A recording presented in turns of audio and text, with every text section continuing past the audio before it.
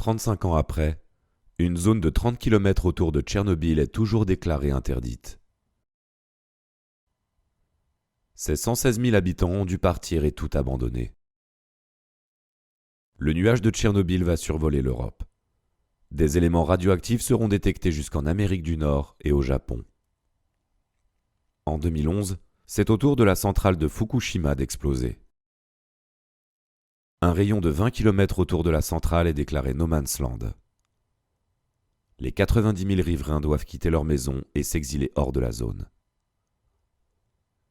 Ces deux catastrophes ont choqué le monde entier.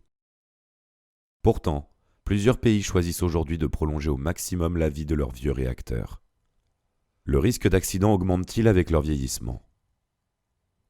En France, les centrales ont été conçues pour fonctionner 40 ans. Mais cet âge théorique peut être dépassé si l'autorité de sûreté nucléaire, le gendarme du nucléaire en France, estime que les conditions de sécurité sont remplies. Les 4 réacteurs de Bugey ont été mis en service en 1979 et 1980. EDF espère obtenir l'autorisation de les exploiter jusqu'à leurs 50 ans. Pour cela, l'électricien réalise des travaux d'envergure. Une longue opération de maintenance appelée visite décennale.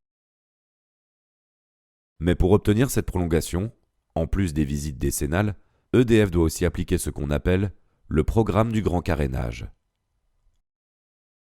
Il s'agit d'interventions exceptionnelles comme le remplacement des immenses générateurs de vapeur ou des turbines. Prolonger les centrales coûte cher, très cher même. La facture du grand carénage, c'est 49 milliards d'euros selon EDF, 100 milliards affirme la Cour des comptes. Tous les équipements arrivés en fin de vie sont changés. Cependant, il y en a un que l'on ne peut pas renouveler. C'est la cuve du réacteur. Or, c'est l'un des éléments essentiels pour la sûreté, car c'est là où a lieu la fission nucléaire. Un contrôle vital, car une rupture de la cuve pourrait entraîner une catastrophe nucléaire.